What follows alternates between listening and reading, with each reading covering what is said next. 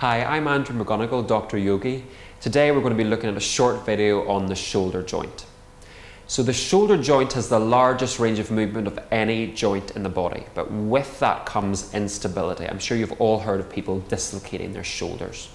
It's the role of a small set of muscles called the rotator cuff muscles to build the stability of the joint and help to prevent dislocation. Thankfully, yoga is a wonderful way to build the strength of these muscles. We're going to look at one of these muscles in particular. This muscle is called supraspinatus. It lies above this bony ridge of the scapula, the shoulder blade, and it actually runs through the shoulder joint itself. Okay? So every time that we internally rotate our shoulder, we actually decrease the joint space and we have the potential to pinch on this muscle.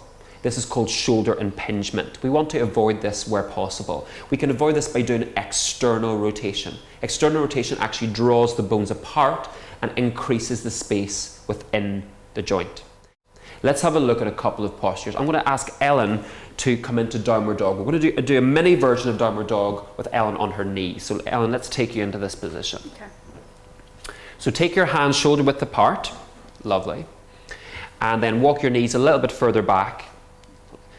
Great, that's it, fantastic. Okay, so what I want to do, I want to get Ellen to really push into the base of her hands, particularly into the base of her index fingers and her thumbs. Now, a lot of us think that our arm moves as one piece. It actually moves as two. So you can rotate your forearm inwards, but you can rotate your shoulders outwards. Okay, so when we're focusing on pushing in, there's a tendency for our shoulders to roll inwards, and this will potentially cause impingement. So I want Ellen to ground into her hands, keep her forearms rolling inwards, but then rotate her upper arms outwards. Lovely. And then once we're in that position, we can push back into downward dog.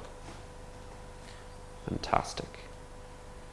So we're going to slowly come out of this posture and we're going to now move into dancer's pose. We've looked at dancer's pose before, but we're going to look more specifically at the shoulder joint in this position.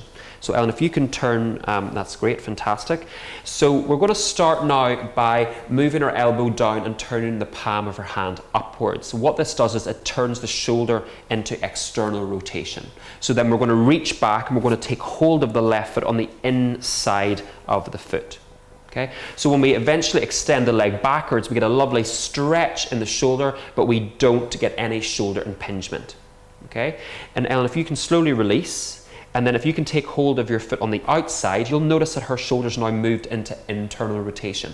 So if Ellen was to bring her leg back, she has the potential of impinging into the shoulder joint in this position. So where possible, we're going to have external rotation. We're always going to take hold of the foot on the inside, and this is going to protect our shoulder joint. Thank you very much.